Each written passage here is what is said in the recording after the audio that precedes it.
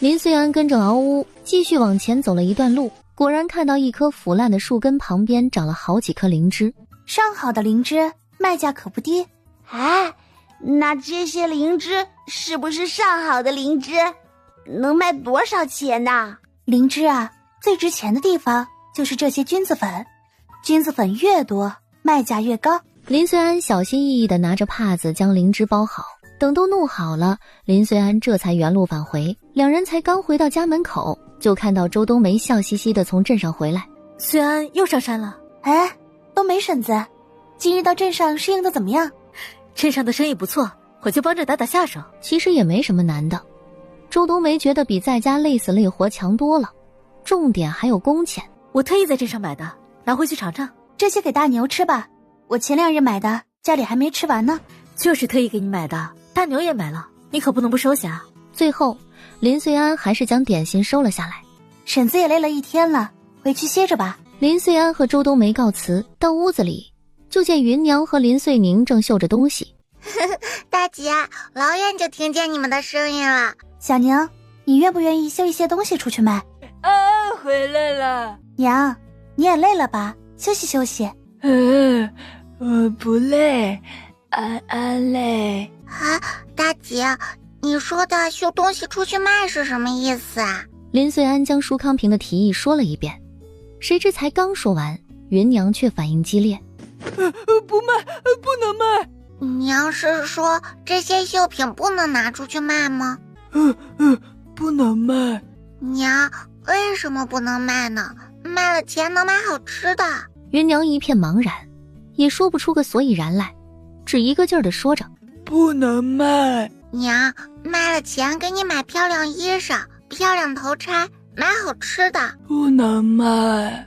有了钱，安安就不用这么累了。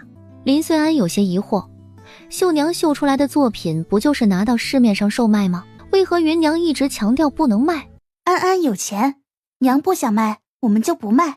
林穗宁低垂着头，好不容易有个机会帮大姐分担一二，没想到却被娘破坏了。大姐，真的不卖了吗？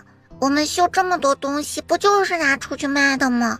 能换点钱，这是好的事儿，为什么娘不卖呢？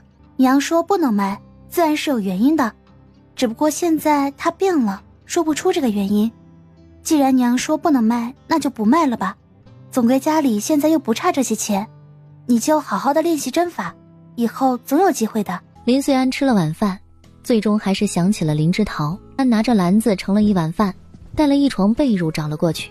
林之桃，林穗安循着声音找了过去，就见林之桃蜷曲着身体缩在角落的木板上。哎，林之桃，你没事吧？林之桃迷迷糊糊的醒来，以为是娘找来了，看了一眼是林穗安，眼里闪过一丝失望。你怎么来了？我刚好路过这里，就听到有人在哭，这不就进来看看，没想到还真是你在哭。怎么，后悔了？没什么后悔的。既然不后悔，那就把饭吃了，这样才有力气活下去。我们不是从小就不对付吗？你为什么还要帮我？你就当我良心发现吧。林之桃端起碗吃了起来，边吃边掉下了眼泪。哎，你快别哭了，今晚我娘炒菜原本就咸了，你揪着眼泪更咸。往后我会还你这份恩情的。哎，不用，这个是多少有我的原因，你好好活着就成。林穗安也没多留，只是从背篓里把被褥拿了出来。以后你还我一床新的吧，还有这包石灰撒在房子周边，免得晚上有虫蛇爬了进来。交代完这些，林穗安才离开，一觉到天亮。今日要去镇上卖灵芝，没想到才刚进镇，一道声音就喊住了他。林姑娘，舒公子，你怎么一大早在这里？我想着来这里碰碰运气，没想到运气真好，竟然真让我遇到了你。所以你这一大清早是等我的？我可是记得你说的合作的事。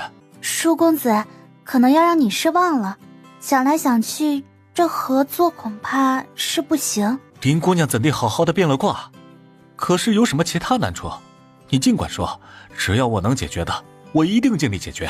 林穗安也知道这个事儿不地道，原本答应的好好的，给了人希望，最后又失望。难处倒是没什么难处，就是我娘不想把绣品拿出来卖。舒康平以为林穗安这是找的借口，林穗安的娘她见过，明显是个傻的，哪里会说出不能将绣品拿出来卖的话。林姑娘，我是诚心想和你合作，分成方面都好说，你尽管开口，我定能满足你。但你找这么个借口敷衍我，实在是太不应该了。舒公子，实在是抱歉，如果你同意，我们还可以继续合作，只不过是另外一种合作方式。林姑娘倒是可以说来听听。我可以出一些花样子，你们绣坊来绣，我的花样子必定是最特别的。我也可以出一些新式的样品。舒康平并没有因为林穗安的话露出笑容，这不是他想要的结果。明日还等在这里见面，我把花样子带来，如果你觉得能行，我们再合作。林穗安和舒康平告别，坐着牛车出了城，还是去了上次的药铺。林姑娘这次带了什么好货？自然是好东西。林穗安将灵芝从背篓里拿了出来，掌柜的眼前一亮，果然每次林穗安来都能带来好东西。林姑娘还真是好运道，连这么好的灵芝都让你挖到了，还一次好几只。东西是好东西，就看掌柜的开不开得起价了。这你大可放心，如果我拿不下，县城也没有其他家能拿下这些灵芝了。那掌柜的开什么价？掌柜的围着灵芝转了又转，知道林穗安是个懂行的，价格开低了必定不会卖给他。这些大一些的算20两一只，小的算15两，你看如何？掌柜的不真诚，既然如此，这买卖就没法谈了。姑奶奶，这个价格不低了，你这些灵芝就上100两了。那算了，我找下一家，实在不行，你上次带我去的钱员外家倒是可以去试一试。钱员外可是掌柜的最大主顾，那些值钱的东西最后可都是到了钱员外手中。那大的25两，小的20两，这是我最后的底线了。姑奶奶，你也要让我挣点不是？林穗安感觉价格也差不多，点头答应了下来。3颗大的，4颗小的，最后一起155两。拿着银票，林穗安走出药铺，准备到书铺给林穗平和林穗和买一套笔墨。只是没想到再次遇到了沈怀瑾。穗安，今日又来县城了吗？怎么没去找我？不好打扰未来的秀才老爷。沈怀瑾听出了林穗安语气里的不快，这还是林穗安第一次和他这么说话。掌柜的，给我一套笔墨。姑娘要什么样的？有便宜的，有中等的，还有那上好的。是给穗平买的吗？我倒是可以帮你参考参考。有沈公子在，我都不用多做介绍了。姑娘放心，既然你是沈公子的朋友，我必定给你的价格也是公道的。林穗安并没有多说什么，只是道：给我一套最便宜的，再来一套中等的。没想到林穗安一买就买2套，掌柜的赶紧拿出了笔墨。便宜的1两银子，中等的3两银子，一共4两银子。你放心，除了纸张用得快，就这砚台和墨锭用上1年没问题。这毛笔也是上好的，我还给你送了2个笔架呢。那给我包好，下次我再来你这里买纸。好嘞，下次来我一定给姑娘便宜一些。林穗安拿好东西，朝沈怀瑾点了点头。沈大哥，我就先走了。今日的林穗安一开始语气不好，后面漠视，到最后的客气疏离，这一切都让他不舒服。沈公子莫不是做了什么事得罪了刚刚那位姑娘？不顾掌柜的取笑，快走几步追上了林穗安。穗安，上次托你带的糕点，我娘可还喜欢？你不是说你娘最爱的糕点吗？那自然是喜欢的。那今日可否继续帮我带一些回去？我赶时间，不方便。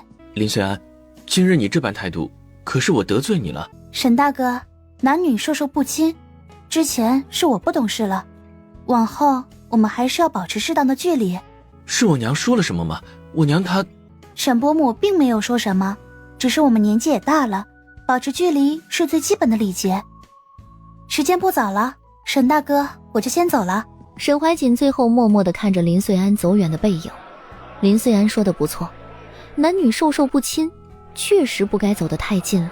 他不是一直这般告诫自己的吗？为何当林穗安说出这般话的时候，他心里会如此不舒服？林穗安没有心思吃面，买了几个肉包子，最后给老伯递了一个。那就拿包子抵了这个路费吧。哎，一码归一码，路费还是该给的，这包子只只不过是我谢谢你上次一路的照顾。我可没照顾你，吃了你的包子，那免个路费也是人情往来，不然这包子我可不吃。既然如此，那一个可不够抵路费的。等人来的差不多，老伯才赶着牛车往回走。好不容易到了镇上，这时一个官差走了过来。你就是林岁安吧？石岩让我转告您，让你等他一会儿。官爷，能不能给石岩托个话？我们在镇门口集合。林岁安背着背篓去了书院，准备把笔墨纸砚拿去给林岁平。岁安又来看你弟弟了，等着，我给你喊人去。没一会儿，林岁平就从书院跑了出来。没耽误你上课吧？没耽误。阿姐，是马上要回家了吗？今日去了一趟县城，给你买了一套笔墨纸砚，正好给你送过来。林岁平看到林岁安手里的笔墨纸砚，一看就知道不便宜，赶紧说道：我之前的还没用完呢，能不能退了去？退自然是不能退的，这些每日都是要用的，之前的没用完，想必也快了。这套比之前的要好上一些，你考试的时候可以用。大姐，下次买便宜点的就行，都是一样的。我知道了，这些吃食你也拿着，你赶紧进去吧，我也该回去了。大姐，路上小心一些。林岁安才刚走出书院的小径，就看到石岩站在那里。小平还好吗？也来得这么快。石岩将手里的一串冰糖葫芦递了上来。喏，给你吃。特意给我买的，我又不是小孩，不爱吃这些。谁规定只有小孩才能吃的？再说，你不就是个大小孩？林岁安笑着接了下来，咬了一口，酸酸甜甜，味道不错。你现在适应的如何？忙吗？忙倒是不忙，相比较起来，上山打猎更自由一些。怎么想到去当差？不过当差确实是个好出路。石岩没说话，当差自然是想让自己更强大，虽然现在还只是一个小小的差吏。对了，我们附近的山是属于谁的？我们那儿群山大部分都是各村所有，都是荒山，也没什么人愿意来买这里的山。那这山一般要怎么卖？你想买山？确实有这个想法。你买山作何用？想种一些山茶树，也可以种一些果树，还可以围起来养一些鸡鸭。山茶树产量低，也没有多少油，果树种起来没有几年也长不了果子。至于鸡鸭，需要粮食喂养，都是需要投入很大的。我也就是有这个想法，能不能成还不确定。不过不管你做什么，我都支持你。我这里还有一些积蓄，你需要的话随时都可以来找我。你就不怕我亏了，最后没钱还你？亏了就亏了，再说也不一定就亏。石岩去牵了牛车，正准备离开的时候，就看到林美雪和林巧妹正站在城门口说着话。哎呀，小姑，你就放心，我这生意保证能挣钱。我这都是在员外郎家学的，当时我吃过，就感觉这是我吃过最好吃的糕点。方子我也要来了，现在只差本钱了。林美雪最近在谋划着做生意，当然抛头露脸的事她是不做的，她只出谋划策。林美雪此刻说了半天，林巧妹只一个劲地说手里没钱。小姑，你不想借给我就直说，何必拿着没钱的由头？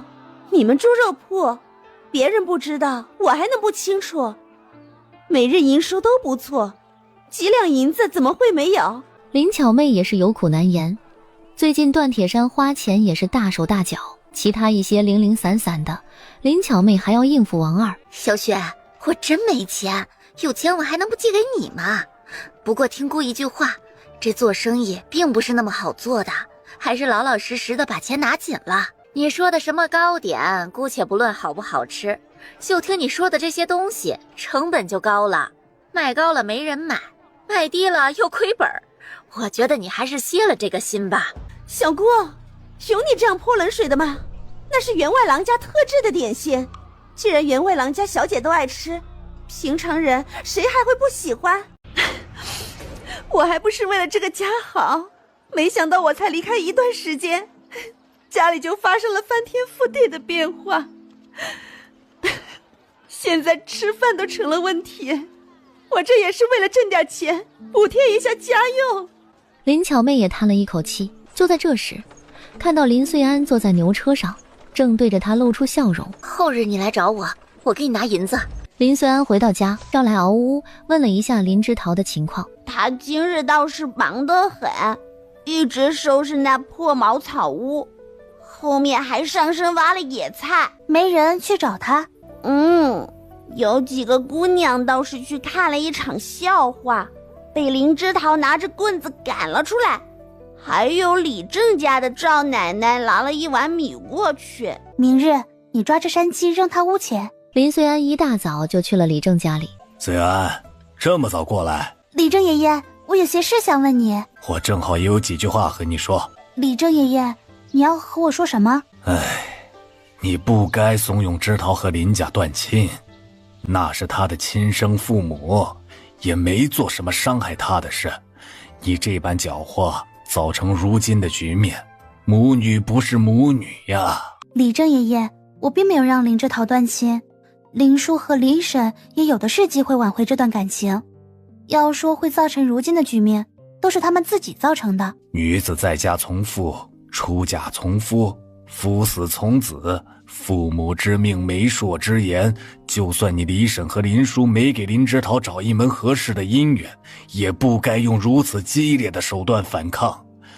这往后女子都效仿，那还不是乱了套了？林穗安知道这些思想是根深蒂固的，一时半会儿也改变不了。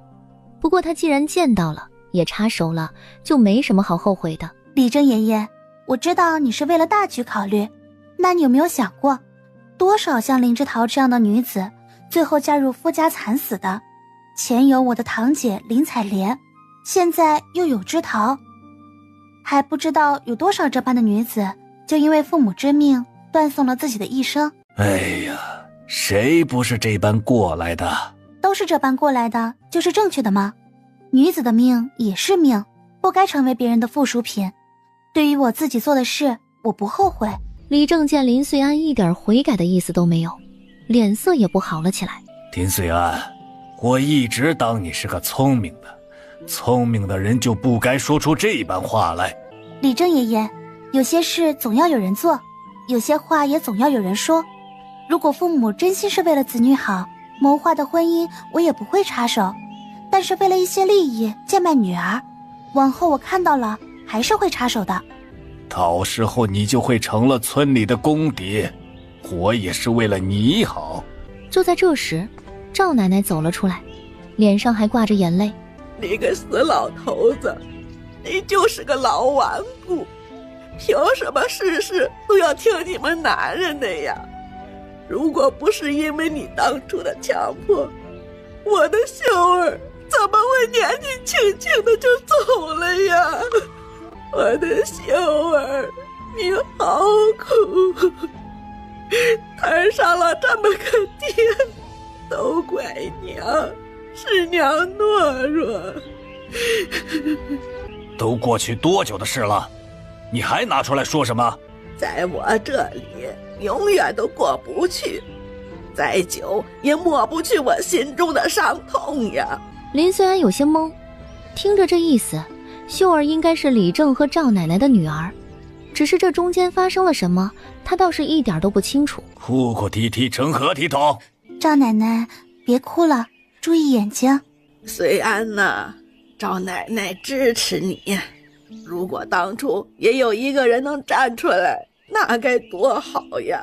林穗安想问具体的情况，又怕引起赵奶奶的伤心事，最后安慰了一番，这才离开。林穗安绕路去看了一眼林之桃，见他正拿着一只山鸡烧水去毛呢。哟，哪里来的山鸡？看来老天都怕你饿死了。那是我运气好，看在你之前帮我的份上，今日这山鸡见者有份，等会儿烧好了，勉强让你吃上一口。那感情好，我也好久没吃上这山鸡了。不过你这里什么都没有，能将山鸡烧得好吃吗？可别浪费了这么好的东西。你等着，我回去给你拿点盐巴过来。林穗安回到家，将家里的调料都拿了一些过去，也没敢拿多，拿多了林之桃必定是不会要的。果然，才到茅草屋，林之桃见林穗安拿了这么多东西过来，脸色就不好看了起来。不用你可怜我，这些米和调料你都拿回去。我自己吃的，我总不能光吃山鸡吧？既然请我吃，就稍好吃一些，也不枉我帮你一场。林之桃最后还是接了过去，大不了等会儿米饭好了，他不吃就是了。你就不能帮我一把？还真来蹭吃的？你说请我的，我插手了算怎么回事？你烧饭的手艺还行，要不去哪个大户人家当个丫鬟吧，也能挣碗饭吃。你就巴不得我好是吧？你怎么不去给人当丫鬟？我自己能挣吃的，还能养活一大家子，我干嘛要去给人当丫鬟？既然你能，我为什么不能？你别小瞧了我去。那你说说，你接下来准备干什么？林之桃也不是没想过接下来的事情，可想来想去，好像也没想到什么好法子。我就说，不如去给人当丫鬟，至少还能挣点月钱。怎么，不想给人当丫鬟？那你说说你会什么？我给你参谋参谋。林穗安，当初你是怎么撑过来的？当时你是不是也很害怕？不过没想到你变化这么大。当初村里几个姑娘，我最瞧不起的就是你了，天天畏畏缩缩，和现在倒是大不一样了。林之桃，你跟我干吧，我正好缺个人手。跟你上山采药？要说我的体力应该也不比你差。当然不是，山上哪有那么多药材？你不是针线活不错吗？最近我正好和人谈合作的事，如果你愿意，你可以来帮我。你不会又在可怜我吧？你不要自尊心那么强，生活能屈能伸，你考虑一下吧。林之桃虽然不明白林穗安说的自尊心是什么，但是为了生活能屈能伸，他是明白的。我该做些什么？你同意了？不怕我瞧不起你了？等我过上了好日子，我看谁还敢瞧不起我。这就对了嘛。具体该做什么我还没想好，你先把身体养好。林穗安在林之桃这里吃了午饭，回去就拿起纸笔画了起来。他想起后世那些名贵的包，那可是奢侈品。拿着这些图纸，林穗安又再次找到了林之桃。你怎么又来了？晚上我可不管饭哈。你看了我的东西，说不定还请我留下来吃饭。说正经事，我给你这个图案，你能做出这款包来吗？林之桃侧头看向林穗安手里的图纸，眼睛亮了亮。这是你画的？就说你能不能做出来吧。这些倒不难，就是费一些功夫。那行，如果你能做出来，我就想好我们该干什么了。明日一大早，你随我一起去镇上。第二日一大早，林穗安带着林之桃就去了镇上，没想到还碰到了林美雪。哼，林之桃，你怎么和他凑到一块儿去了？怪不得能干出这种丢人现眼的事儿，你把林家的脸面全丢干净了，还真以为断亲是什么好事儿？背后有多少人对你指指点点？往后你还想不想嫁人了？林美雪，管好你自己就行，我的事不用你操心。牛车慢悠悠地到了镇上，林穗安撑着车辕子，干净利落地跳了下来，一点女子该有的样子都没有。林穗安先带着林之桃去了集市，带你去大妮铺子上吃面筋和铁板豆腐。哎，别拒绝，收起你那不值钱的自尊心，等你往后有钱了再请回来。林之桃抿了抿嘴，最终没再说什么。一大早他根本没吃什么，此刻肚子也确实饿了。雪安，你来了，先坐一坐。不用招待我，你们忙你们的。给我们来20串面筋，2串豆腐，再来2份豆腐脑。两人很快就吃完了东西，来到约定好的地方，果然看到舒康平已经等着了。林姑娘，快请坐。让舒公子久等了。只要能和林姑娘合作，等一会儿又何妨？不知今日林姑娘可有带来好消息？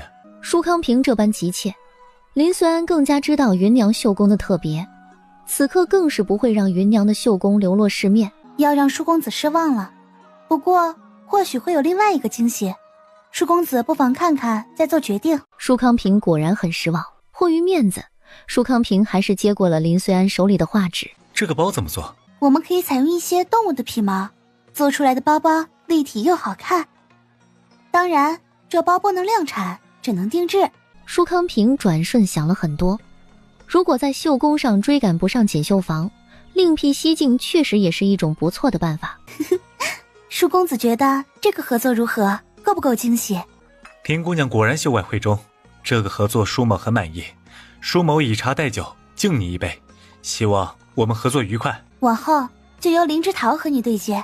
林姑娘不能亲自坐镇吗？舒公子请放心，林之桃也是一个很能干的人，这个合作有任何问题，我都会随时给出意见，但不能事事亲力亲为。舒康平都已经想好了这个包一出事就引起轰动的场面，可林穗安竟然不放在眼里。这个合作少不了林姑娘，希望林姑娘能多费一些心思。这是自然，舒公子请放心，我自会在这个上面花心思。等聊了一些具体的细节，林穗安让舒康平准备好他所需要的布料，需要硬挺一些的布料，还有兔子的皮毛。好，这些东西我来准备，等过上2日我就送到镇上来。还有那些金属扣，想必舒公子一定也能弄来。放心，这个也没问题。既然如此，我就等着舒公子的好消息。等东西全部准备齐全，我会和枝桃一起做一款样品包出来。聊得差不多，林穗安才带着林枝桃离开。林穗安，我知道你是为了拉我一把，这个情我承下了，我会好好干的。你这样我好不习惯。你还是凶一些才符合你的气质。你真是个贱皮子，懒得跟你说了。这边林美雪来到了林巧妹的猪肉铺子，铺子上没人，林美雪在铺子前打量。要买猪肉啊？掌柜的不在，你待会儿再来吧。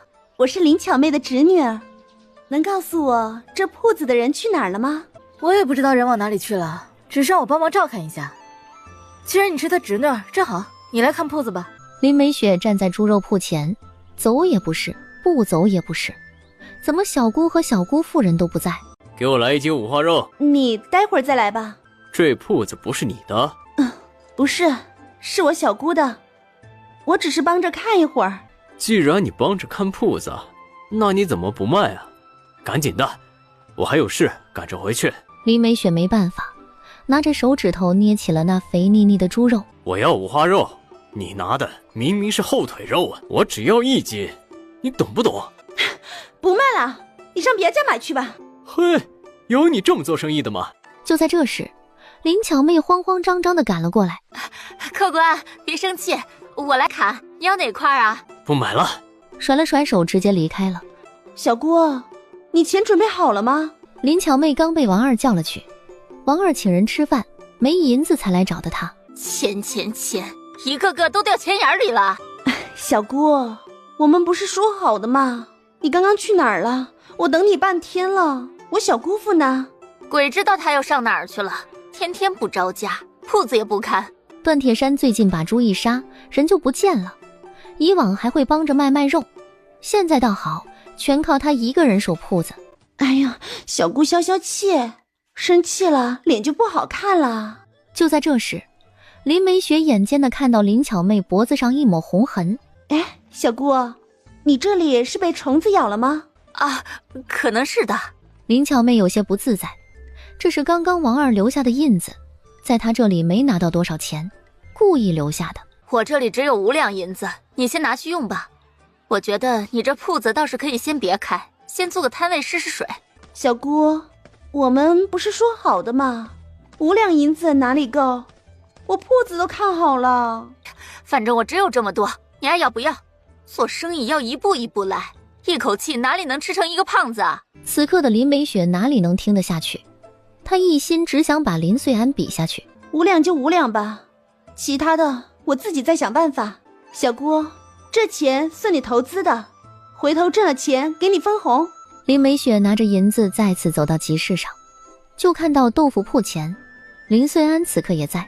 哎，林美雪站那儿好一会儿了，眼睛一直盯着你看。林穗安随着林之桃的目光看去，就看到林美雪的背影。随他看去，可能是他刚发现我变漂亮了，他嫉妒。林穗安和林之桃在豆腐铺帮了一会儿忙，这才离开。这算你今天的工钱了，你拿着吧，往后工钱就按30文算，卖出去1个包给你提成。我今日什么都没干，这钱我不能收。拿着，好好把身体养好，这样才能不耽误我的事。哎呀，别我呀你的，去买一套针线活的工具吧。舒康平的布料来得很快，第2日下午就送了过来。请问林穗安家在哪里？他一进村就引起大家的注意了，村里连牛车都少，更何况是这么豪华的马车。你找穗安的？你是穗安的什么人呀？找他干嘛的？我找他有些事，可否告诉我林穗安家住在哪里？看到没，那栋房子就是他家。舒康平前脚刚走，后脚这些大婶们就聊了起来。哎，你说他找穗安做什么呀？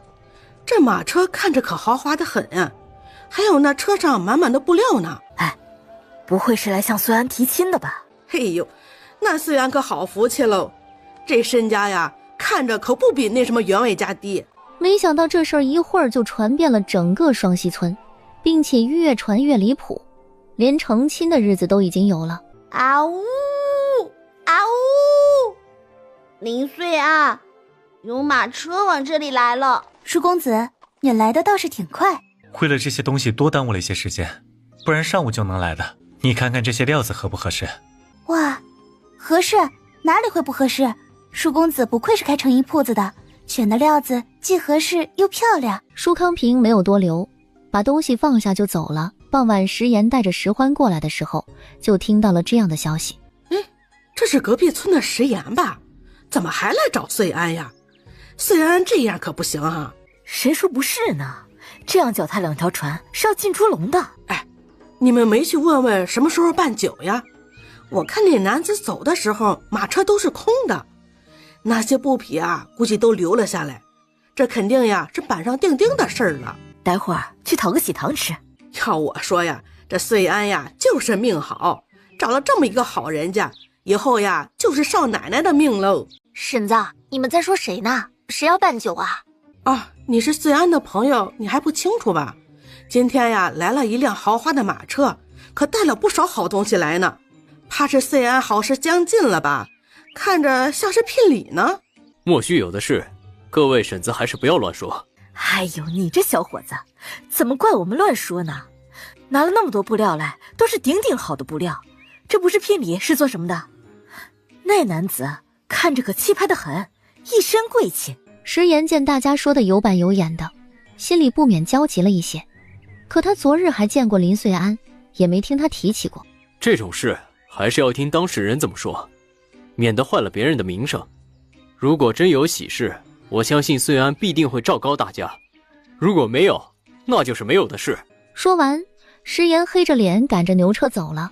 阿言，不会真有人来向穗安下聘礼吧？穗安这么优秀，想下聘礼的人多了去了，只要没有定下来，一切都不作数。牛车很快就到了林穗安家门口，石欢还没等车停稳，就一个箭步跳了下来。林穗安，阿欢，来这里。石欢一进厅堂，果然看到好多布料，一看就价格不菲。啊，哪里来的这么多布料？刚刚别人送来的。怎么样，这些布料好看吧？今日有人来村里找你了。你怎么知道？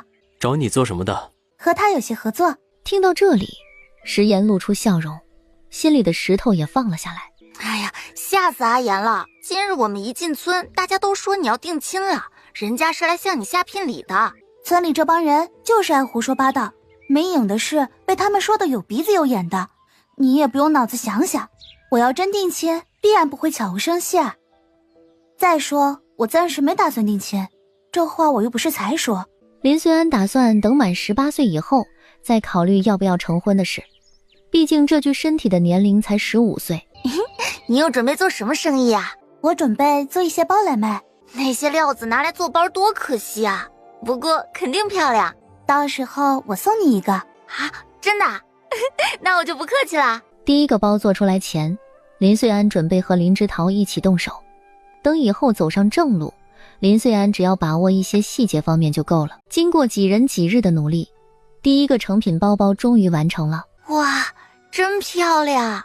林穗安，你这个包包要卖多少银子啊？林穗安其实也估算了价格，包包用的布料虽然不多，但是太费功夫。这个包包预计10两银子一个。这价格会不会太贵了？这么贵谁敢买啊？石欢伸出的手默默收了回来，现在他摸都不敢摸了，生怕摸坏了，那可是10两呢。这个包包自然不是卖给普通人的，但肯定是有人买的，你就放心吧。走，我们去找舒康平。石欢没事儿，也准备去长长见识。三人来到镇上，包做好了。林穗安点点头，将背篓里的包拿了出来。舒康平眼睛亮了亮，他见过不少包，这还是第一次见到这么漂亮的包。妙，这包实在是妙。包我已经做出来了，就看舒公子能不能卖出去了。往后请叫我舒康平，叫舒公子太过见外。舒康平，这包你有没有想好怎么卖？不如在铺子里做一番展示。这么漂亮的包，必定是一出现就被抢购。不过，这包准备卖多少钱？10两。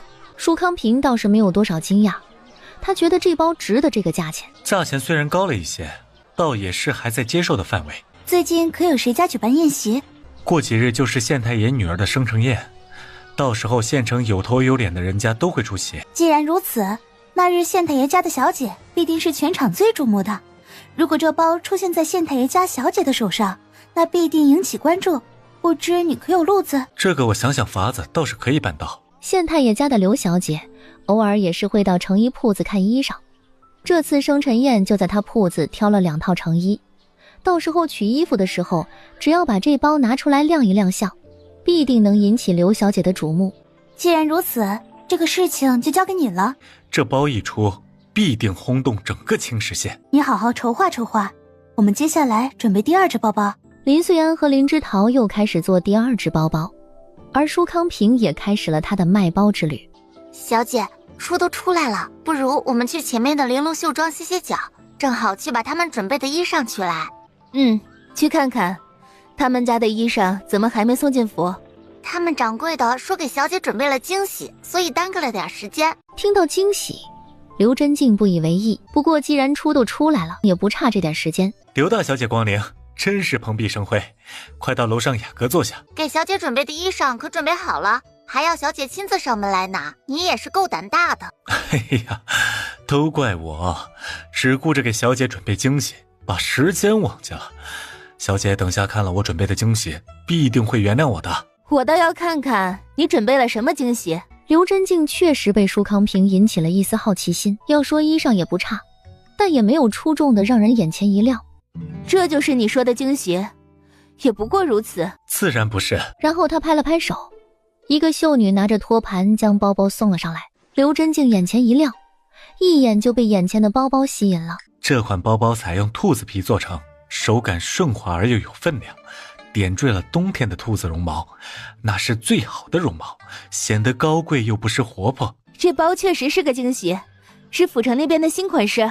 这是我们铺子里刚出的新品，就是为了赶在刘小姐生辰礼前赶工出来的。这个包我要了，多少银子？10两银子。刘真静虽然平时不缺钱，但也知道一个包包10两银子价格可不便宜。我给你20两，你要保证在我生辰宴之前不能卖出第2个相同的包包。刘小姐尽管放心，这款包包最后也不会超过20个，我保证在你生辰宴之前绝不会出现第2款。不过舒某也有一个小要求。你说？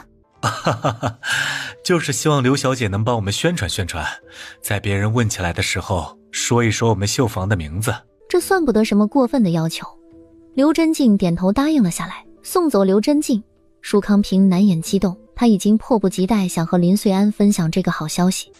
还真累。虽然我可和你说好了，我帮你，到时候你可要送我一个。没问题。林穗安，好消息啊，包包已经送到刘小姐手上了。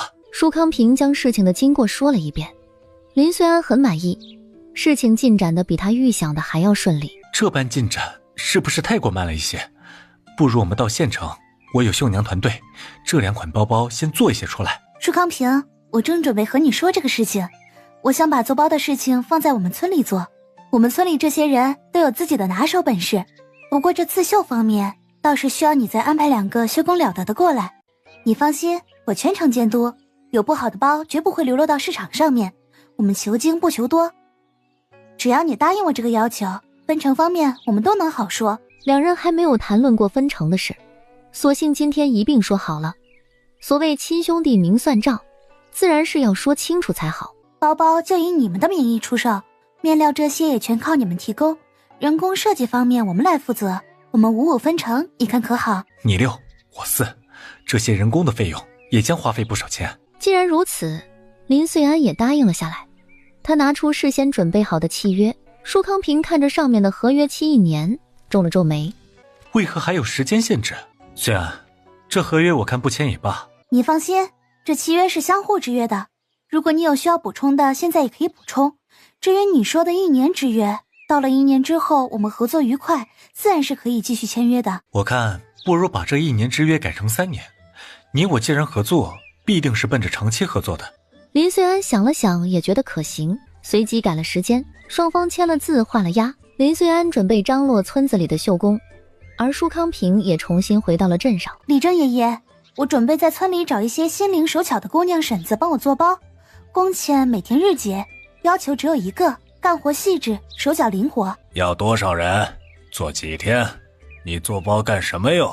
大概10人左右，需要长期做的，做包自然是拿来卖。穗安，你调查清楚了没有？这做包可不是做吃食，做出去了就有人买。李正爷爷放心，我这些都考虑过的，我的包已经和县城的绣坊谈好了，我们尽管做出来就行。原本绣坊能安排人，我这不是想着让村里人也能挣点零用。李正将信将疑，不过林穗安有这份心，他还是高兴的。好，那我通告一番，这工钱多少一天？40文一天。会不会太高了？李正爷爷就按我说的做吧，我心里有数的。李正随即拿出了家里的铜锣，将人召集到了一起，将林穗安要招人做包的事说了一番。很感谢乡亲们的支持，不过我这工作有些要求，对手工刺绣这些有要求，每个人当场绣一番拿手的绣活出来，我们从中挑选一些人。不少绣工了得的都上前试了试，有些虽然绣工不怎么样，听到这么高的工钱也壮着胆子去试了。而林美雪刚从镇上回来，她去见了员外家小姐，她在方小姐面前一直把自己摆得清高。你铺子开得如何了？要我说，你就不该参与这些俗事中去，就该看看书，赏赏花。不过你既然都做了，我也支持你。等你铺子开业，我一定上门捧场。到时候方小姐你能捧场，我的铺子必定能蓬荜生辉。我这些日子忙得很，就不招待你了。等我从县城回来，我给你讲县城的趣事。林美雪1步3回头地离开了方小姐的院子，正走路分神的功夫，在转角处一头撞进了一个男人的怀里。小心！林美雪小脸微红，微微欠身朝方公子行了个礼。林小姐不必多礼，刚刚可有撞疼？无碍，方公子先行。刚从小妹院子出来，林小姐怎么不多待一会儿？方小姐正筹备着参加宴席的事儿，我就不多打扰了。方公子，我正筹备着在镇上开一家点心铺子，您见多识广，不知有没有时间帮我指点一番？或许是酒气使然，又或者是其他。方公子一阵血气上涌。哦，没想到林小姐如此能干。如果林小姐需要，方某倒是可以指点一二。那就先在此谢过方公子。林美雪虽然在方家住了几个月，其实和方公子接触的不多，没想到今日倒是歪打正着，心里正高兴着呢，没想到一回来就听到林穗安在招人做包，顿时林美雪的好心情荡然无存。以后这些人就全归你管了，他们该干什么都由你决定。怎么你搞不定？我搞得定。你放心大胆的去搞，我给你工钱算高一些，50文一天，卖出去的一个包包给你分成100文。林之桃张大了嘴巴，半天合不拢，这工钱是不是有点太高了？既然给了你这么高的工钱，那事情要给我做好，如果做不好，我会换人。林之桃闭上了嘴，对觉这钱也不是那么好拿的。我知道了，我定会好好做的。转眼就到了刘真静的集集里，青石县有头有脸的都来了，就这还有不少人托关系来参加这场宴席。说完，林穗安从屋子里拿出油纸包装好的包，这第2款包原本就是为了刘夫人设计的。你就以答谢的名义送上门。时间很快，5日后转眼就到了。舒康平才刚打开一条缝，人就差点涌了进来。大家排队，不排队今日这包可就不卖了。不就一个包吗？有生意还不做，摆什么架子？我们知道大家都是有头有脸的管事，排队也是为了节省大家的时间。听到这话，大家这才好好排了队。今日我们一共5款包包，第1款包20只，其他4款只有10只，每人限购2只。这话一出，立马又引起了轰动。那总共也没有多少包包，大家都是带着任务来的。这款包采用兔子皮，用冬天最好的兔子毛做点缀，琥珀中带着一丝贵气。今日只有19只，我们的包包每只都带有编号，买的越早，编号就越靠前。这只包10两银子。有不少是来凑热闹的，以为是排队领东西，一听一只包要10两，赶紧从人群中抽出了身。好，现在开始。林穗安话还没讲完，有人就举起了手。我要第1款和第3款，我手里有现银。舒康平接了现银，林之桃把第1款包拿了出来，认清我们的标识，这是2号包。我要第2款包。我要第3款。眼看着包越来越少，方小姐捅了捅身边的丫鬟，小丫鬟踮着脚举起手。各位，今日铺子里的包包全部卖完。我还没买到呢，装什么架子啊？赶紧把剩余的包拿出来卖。今日的包确实卖完了，因为都是一针一线缝制出来的，为了保证质量，出货会很慢。下一批包我们将在3日后出售，届时还会有新款，大家赶走。没用的东西，连个包包都买不到，要你何用？丫鬟摸了摸被掐的腰间，不敢声张。谁知道这些人像不要钱一般，都往上凑。小姐，我3日后一定早早的来排队，去看看谁家有转手的，出高价把它买下来。我就要那第1款的包。小姐，说不定下一款更好更漂亮，到时候我们就要拿编号扣钱的。方小姐心里还是不舒服，看着面前的铺子，气势汹汹地走了进去。舒康平领着林穗安和林之桃上了2楼的包间。这还是我做生意以来最激动的一次。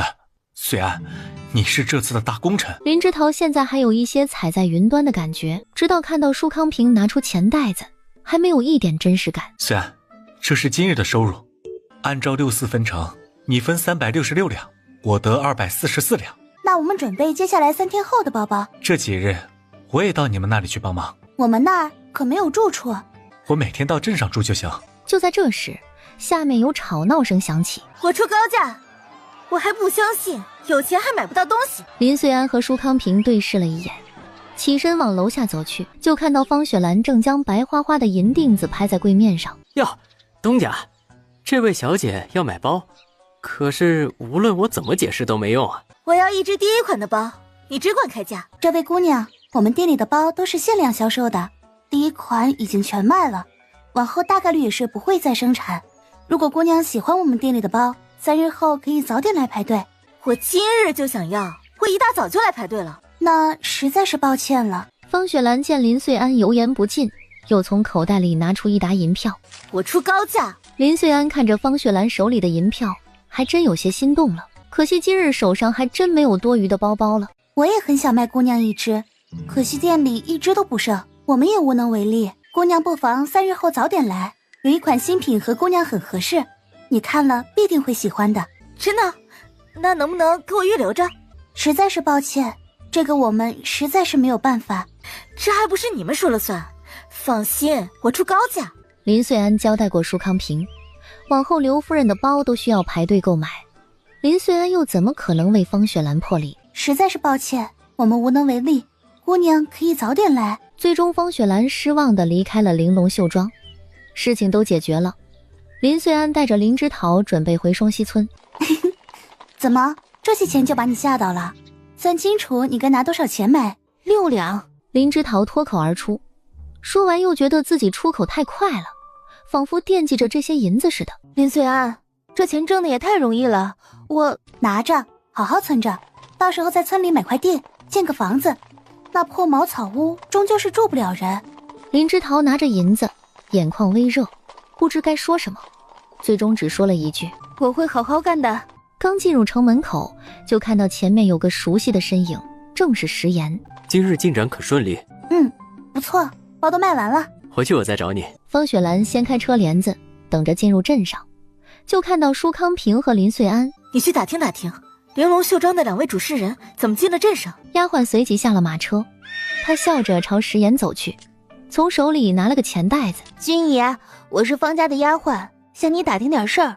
刚刚过去的马车是我们镇上的人吗？食言沿着丫鬟的手指，就看到她指向了林穗安的马车，顿时警惕了起来。你问这个做什么？就是今日在县城采买包的时候见过，没想到今日还能在镇上碰到，所以随意问上一句。无可奉告，让开，别挡着其他人进城。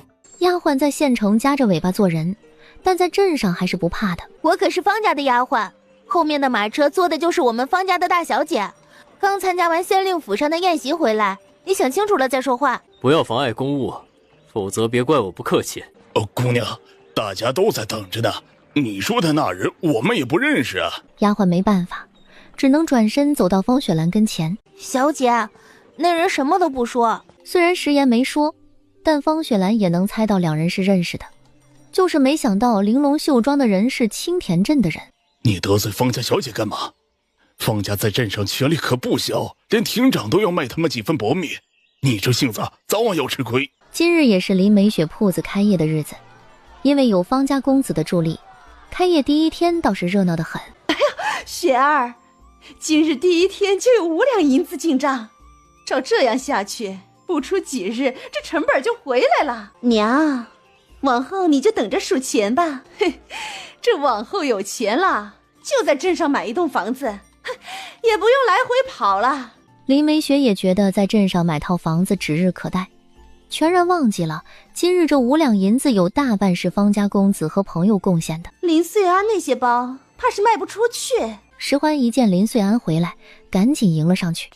包卖出去了吗？全卖了，根本不够卖。石欢瞪大眼睛，难道有钱人都这么多吗？那可是10两银子。今日开门红，每个人多发3日的工钱。众人一听多发3日的工钱，都高兴地欢呼了起来。大家好好干，活做好了，奖励少不了。穗安，你就放心吧，我们呀一定把手里的活干好。食言下了职，还是往双溪村跑了一趟，把林穗安离开城门口以后发生的事情说了一遍。他没为难你吧？哎呀，我一个大男人怕什么为难啊？倒是你要多加小心一些。我看他的样子不会罢休，应该还是会四处打听你。虽然今天我把他拦住了，但方家真要打听一个人，也是轻而易举。无妨，他要打听就打听去呗，我们都是按规矩办事。再说现在的玲珑绣庄可是搭上了县令夫人和小姐，他真要干什么也得掂量掂量。食言听到这里才放下心来，见那舒康平最近在林穗安身边进进出出的，心里不得劲。今天包都卖光了吗？和预期的差不多，这不赶着出第2批货，都有些忙不过来了。那也要注意休息啊。我身体壮实得很。没说上几句，舒康平就开始喊林穗安了。这舒康平晚上住哪里？说是住镇上的客栈。那怎么还不走？到时候天要黑了。他可能忘了，我提醒他一下。对了，石欢今晚说不回去了，你也累了一天了，早点回去吧。食言没离开，而是看到林穗安走向舒康平，两人对着包包不知道说了些什么。舒公子再不走，路上怕是不安全。今日我不走了，石官差不会是准备送我一程吧？这里恐怕没有你留宿的地方，不如舒公子去我家凑合一宿。那多麻烦，我随便哪里都能睡一觉，步行马车上凑合一宿也行，毕竟和石官差也不是很熟。为了穗安的名声，还望舒公子自重。舒康平还想说什么，这时车夫从外面走了进来。公子，住宿的事情已经和李正说好了，同意借一间房给我们住。舒康平哈哈大笑，拍了拍食言的肩膀。石官差就放心吧，我住宿的问题已经解决了，倒是你没事别经常往这边凑，为了穗安的名声着想。食言一噎，转头看向了正在忙碌的林穗安，抬脚离开。捡钱了？这么开心？你今晚不走了？来来回回的太麻烦，找李正帮我安排了一间房。要我说，这做工全挤在你院子里，对你和你家人的生活也挺不便的。不如我们出点钱，在村里买块地，建一个房子用来当绣房。我也有这个打算，这个事还需要和李正提一提。到时候你给我留上一间房，这钱我出一半。好说。林穗安规定了上工下工时辰，此刻到了下工的时辰，大家陆陆续续的离开。这个包送给你，这些天你忙前忙后的啊，你送给我的真好看。送给你的，不过你要不要也加入到我们？我看枝桃一个人也挺忙的，你来帮枝桃，工钱和枝桃的一样。往后林枝桃少不得要县城和村里来回跑，他不在的时候还是需要有人来监工的。好，我来上工。那就说好了，和大家一样按时上工。安排好石欢的事，林穗安还是去找了李正。院子里，舒康平正和李正聊着天。你来的正好，正说起你这包的事儿，听说卖得不错。李正爷爷，我来正是和你说这个事呢。我想买一块荒地。刚刚舒公子和我说了，村里的荒地倒是还有几块，一个就是离你家最近的，靠近后山那片都是荒地，另外一块就是林之桃现在住的茅屋旁边，那边也有一大块，再就是村头那块小上一些。林随安其实早就看中了离后山的那块地，但起初并不是准备用来开绣坊的，而是另有打算。李正爷爷，咱们那后山是有主的吗？那后山是我们村里的荒山，倒是没有主。这后山连着那片荒地，在官衙备案是89亩。那李正爷爷，这些荒山和荒地能不能卖给我？你要这些荒山和荒地干嘛？你要建一个绣坊，买上1-2亩就够了。这么多可不是闹着玩的。虽然现在这荒山和荒地价格不算高，但3年后可是要征税的，这可是一大把银子。李正也是真心劝告林随安，他能想着带领村里人一起致富，冲着这份心，他也不能让他吃了亏。我知道李正爷爷是为了我好，不过我买来自然是有用途的，征税的事我也考虑过了。除此之外，茅草屋旁边的那块地我也想买下来。李正爷爷，你帮我估一估价格，我看看手头上有没有这么多钱，没有就先将茅草旁的那块地买下来，先建绣坊。荒地的话，1两银子1亩，荒山会便宜一些，8000银子1亩。林随安快速地算了算，那差不多要100来两银子，那还真不少。那李正爷爷帮我问一问，买这些需要什么手续？这2块地我都要了，还有后山也并买下来。你还真买呀？不再考虑考虑？是真的想买，不过手头上的钱不是很够，就看李正爷爷能不能和官衙求求情，再优惠上一些。你买地我能理解，你买那山做什么？我想在山上种山茶树，将我们这里的山茶油卖出去。山茶虽然好，但产量低，靠着这些山茶还不知道猴年马月能把买山的钱挣回来。不怕，李正爷爷尽快去帮我问问价格。李正话已经说到了这个份上，见林随安还是执意要买，他也不好再说什么。我明日就去镇上问一问，到时候我尽量把价压低一些。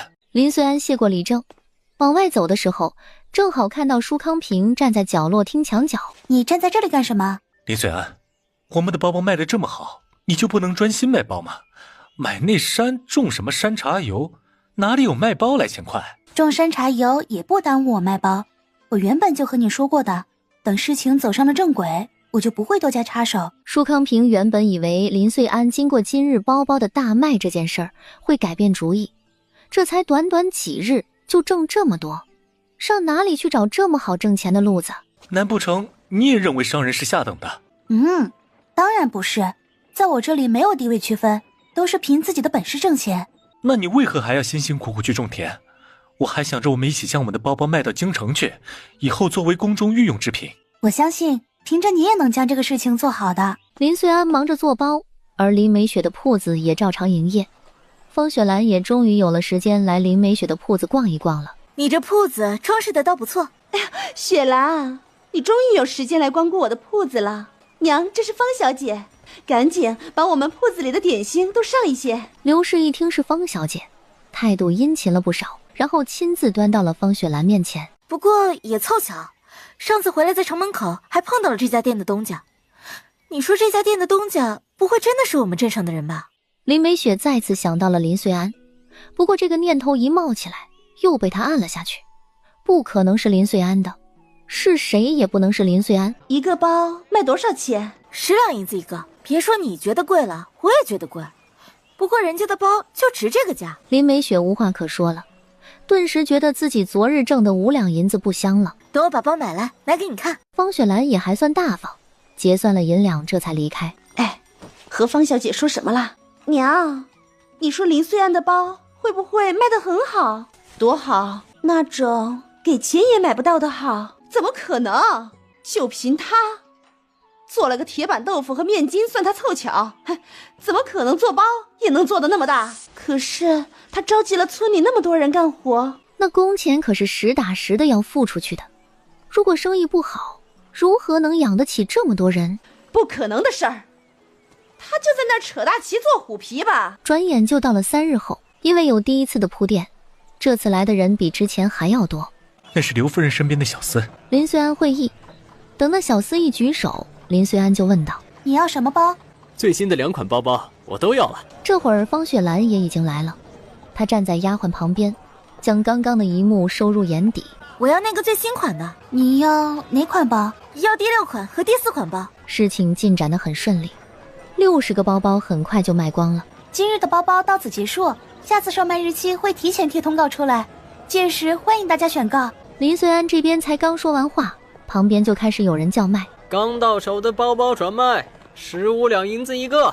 林穗安听到这话皱了皱眉，这2道贩子也太过张扬了一些。穗安，我们为何不多生产几个包？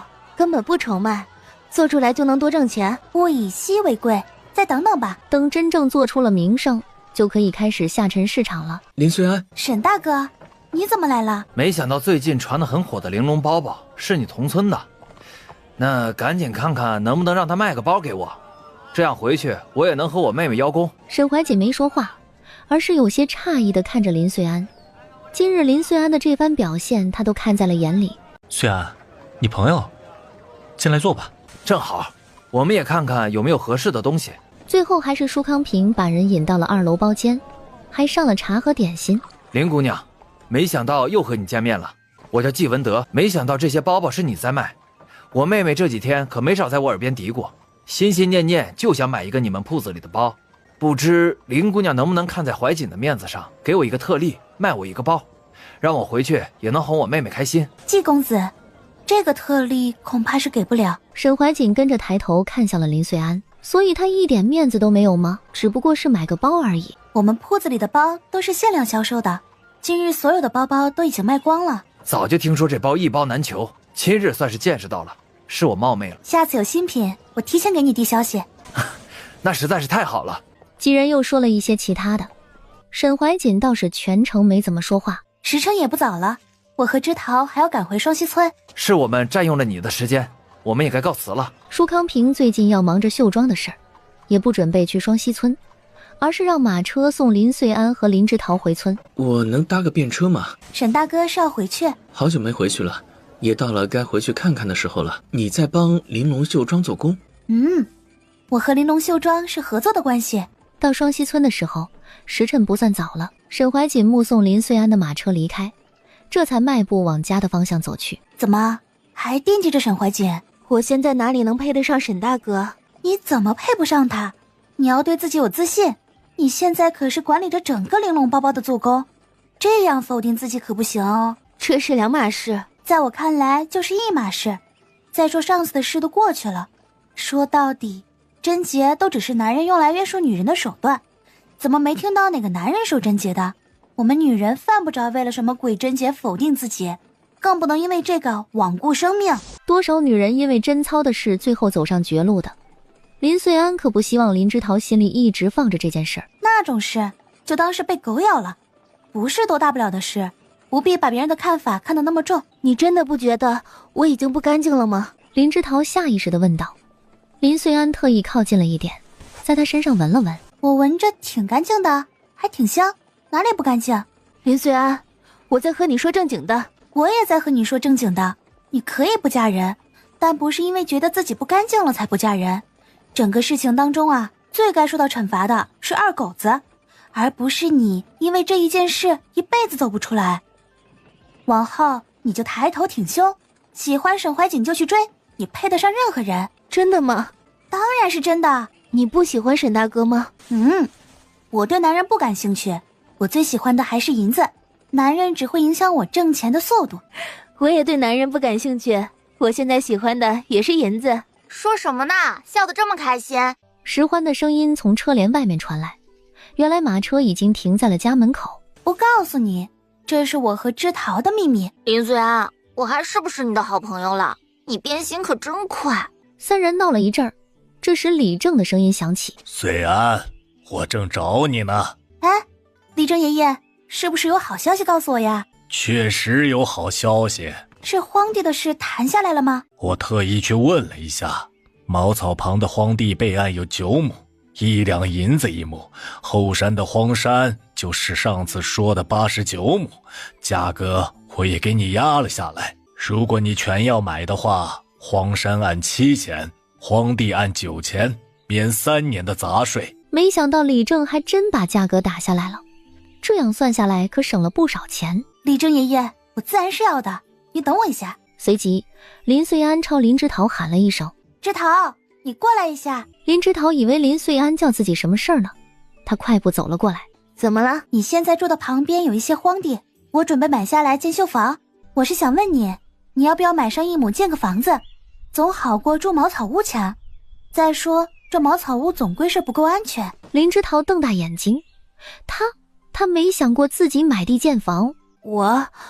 我没想过。那你现在就想好了，我给你留1亩，不然我就全部买下来了，往后可没这么好的机会喽。李正听说让林之桃买地也是诧异，林之桃的事儿还没过去多久，现在就有能力自己买地建房了。往后我们和穗安可要多走近一些。穗安这丫头呀，是个好的，自己好起来了也愿意拉别人一把。在买地的这件事儿上呀，你多帮帮她，她也是个成情的。这还要你说？很快李正就请来了镇上的官差来量地。老林氏这些日子正逢人就夸林美雪，我家雪儿在镇上呀开了铺子，3个儿媳都去了，这家里呀就剩我，忙得我都没时间和你们出来唠嗑了。你倒是好福气呀，开铺子挣不挣钱呀？开铺子自然是挣钱的，不挣钱谁干那个呀？你没看吴氏现在连金镯子都戴起来了，以前多穷啊，连自己儿子吃药的钱都没有。老婶子，你是个有福气的，到时候还不是穿金戴银？别拿吴氏说事儿啊，他那是摊位，我们可是实打实的铺子。改日你们有时间呢，去我们家铺子里坐一坐，那可不是集市上乱糟糟的摊位能比的。老林氏不屑一顾，他们铺子一开业，他就听说收了5两银子，穿金戴银算什么？哎呦，那是不错，听说林穗安那包啊卖得不错，挣老多钱了。能有多挣钱呀？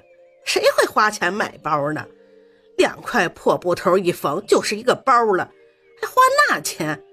指不定呀，他和吴氏合作的钱拿到这里打了水漂呢。可怜景春死得早，这丫头呀就无法无天的，谁的话也不听，有了几个钱也不能这样造啊。你到底是他的阿奶，你不好说，你家老头子总该管一管。他那脾气我们是管不了，他一直这样子下去呀，以后呀总有他受的。唉，这女子呀还是要温柔贤惠，这么强悍的泼妇谁还敢娶回去呀？不像我们家雪儿。你家美雪呀确实不错，那在村里可是数1数2的，往后啊就是少奶奶的命。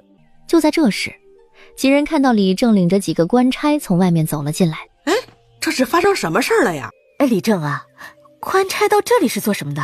李正哼了一声，知道这些妇人聚在一起就没什么好事儿。刚刚的谈笑声他老远都听见了。准备把村里的荒地和荒山量一量，穗安那丫头准备买下来。老林氏一口痰没上来，差点撅了过去。一阵猛烈的咳嗽过后，老林氏总算缓和了下来。刚刚是李正来过了？众人点点头。还有官差？众人再次点头。那他们人呢？